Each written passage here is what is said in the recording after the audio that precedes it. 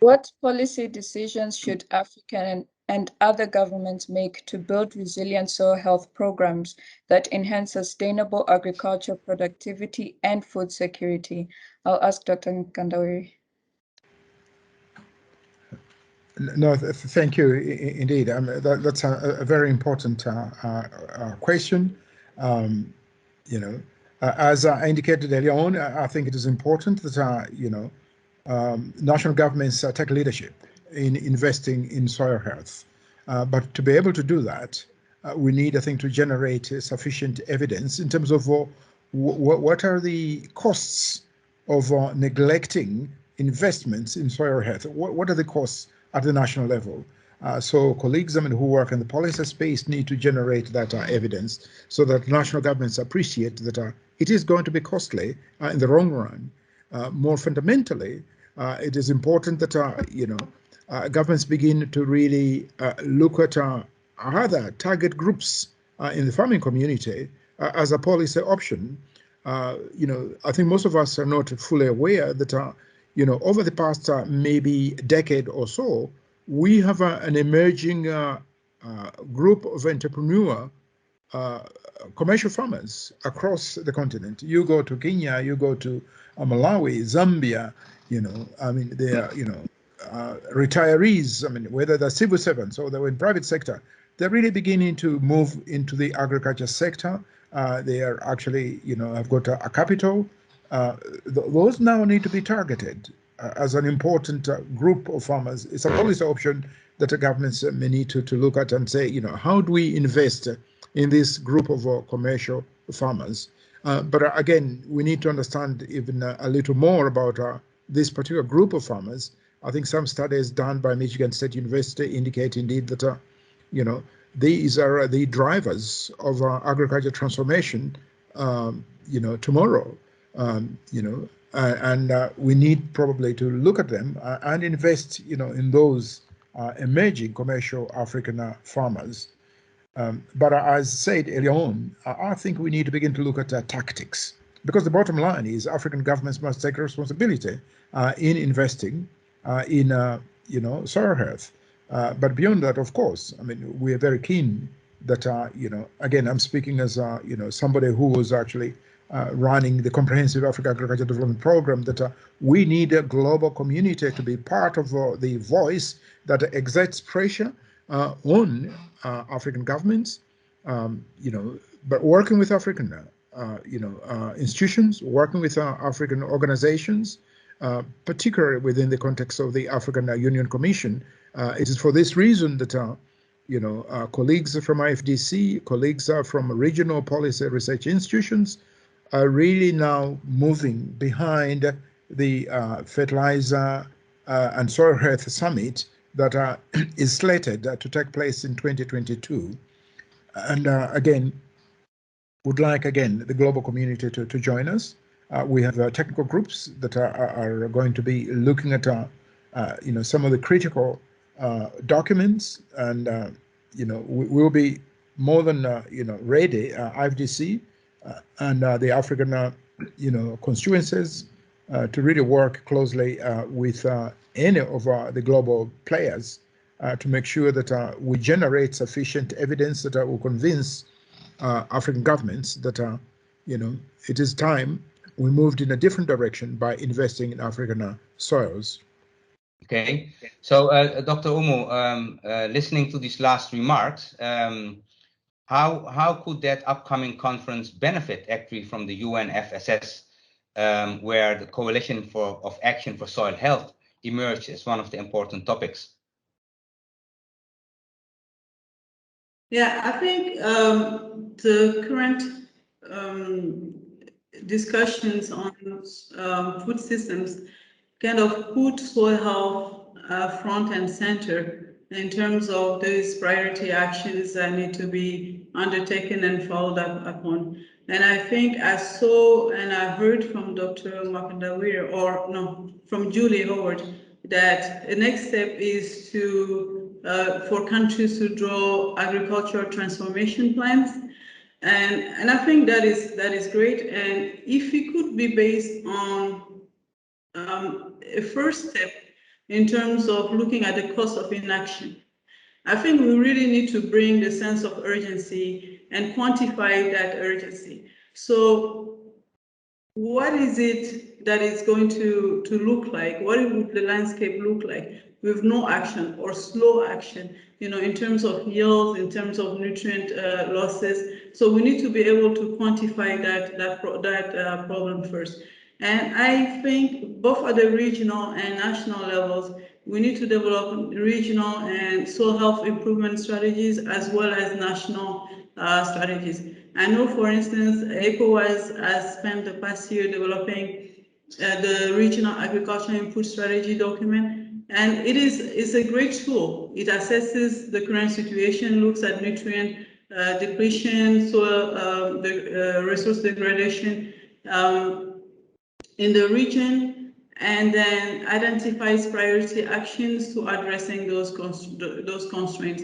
So policy actions that can be best undertaken by regional economic communities, but then you also have what Dr. Mwakandawire was talking about at the national level also. There is a lot that can be done by national governments in terms of the policy area. And of course, at the continental level, you have the Africa Fertilizer Summit, one that put fertilizer on the map, and then you have the second one that the team is working on that should really look at the discussion, the current debates, and put those issues up for consideration for the heads of states and government to really draw an effective action plan. I think the first summit had its impact, and the second one can even have a greater one. Thank you. Okay, can I build on? I heard a couple of remarks on regions and ECOWAS, etc. Dr. Lal talked about agroecological zoning and soil health. So this goes, let's say, supranational. It goes beyond national plans. Dr. Mwakandawire, what about regional approaches? Wouldn't that be a stronger approach? Let's say, like Dr. Kamara said, Umu said, the ECOWAS region, the SADC region. Would that give a stronger voice also to the international community? Would it give a stronger voice, let's say, to industry, the fertilizer industry? As a tiny country, you use just a little amount of fertilizers, so you have no voice, but as a region, you might have a somewhat stronger voice. How do you look at a more regional approach to tackle these issues and to reap the benefits from the global dialogues that there are on this coalition, and to also, let's say, as a region, convince donors, not to each and every donor to have its own tiny program, but to come up with comprehensive programs that reach out to regions at large?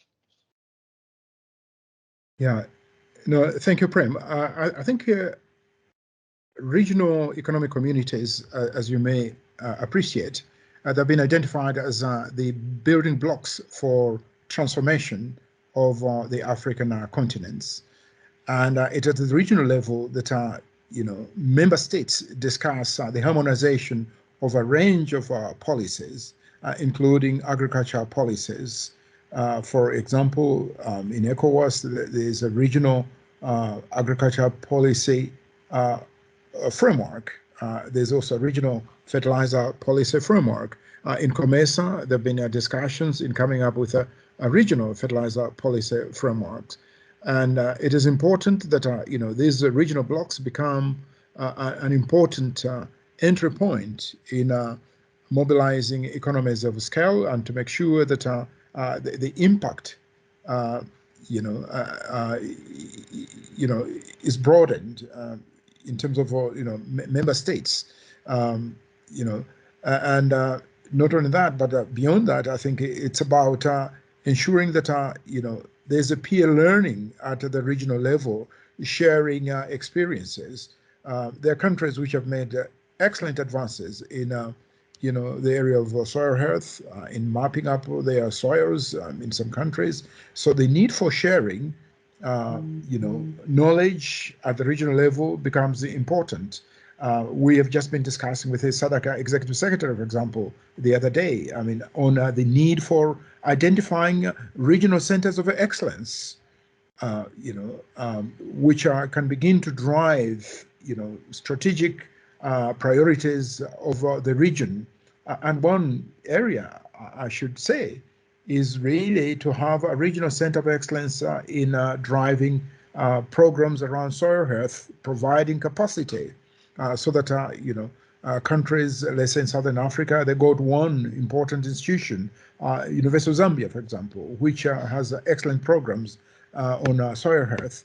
Another one could be actually, a university that is driving new technologies around, soil health related interventions. So again, the regional level is an important space where you can share resources, where you can begin to also share experiences. It is absolutely, critical.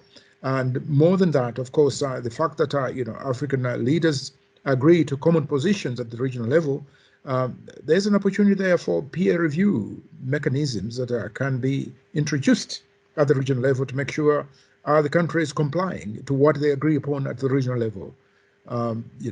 Besides, of course, peer learning, this is extremely critical in ensuring that the benefits of regional blocks are taken advantage of, particular matters linked to supporting the growth of resilient soil health programs at the regional level. Okay, I could take a small remark from Umu, and then we will move on.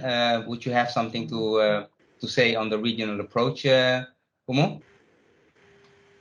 Yes, there are a few aspects that I wanted to add to what Richard has said, which is absolutely right. So, the regional economic communities have a huge role to play in ensuring that fertilizer moves freely within the region. And so they were given that mandate in 2006.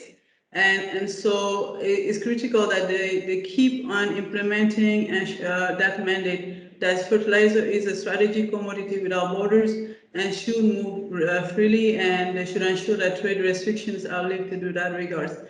The regional economic communities also are at the first step in terms of ensuring that the fertilizer that reaches farmers is of good quality in what they do in terms of harmonization, fertilizer regulations and legislation. And so that is a huge role that they have to play in the region. Another role that they can play, and they haven't done much so far in this area, is to push member states to adopt smart fertilizer subsidy principles. So instead of each country doing its own thing with respect to fertilizer subsidies and crowding out the private sector, it would be great if REX can put that on the table to heads of states and government for them to commit to the adoption of smart fertilizer subsidy principles and making sure that it involves the private sector in the design and implementation instead of crowding out the private sector. And I would say another point on this in respect to access to finance. We haven't mentioned that much in this discussion. In the first summit, the heads of state called for the Africa Fertilizer Financing Mechanism to be established, and it was one of those instruments, part of the enabling environment, the regional environment for the private sector to lead the development of a regional fertilizer market. Now, I think the REX should play a more proactive role in working with the African Development Bank and mobilizing more funding, more financing for the private sector to be able to play its role in this area. Thank you.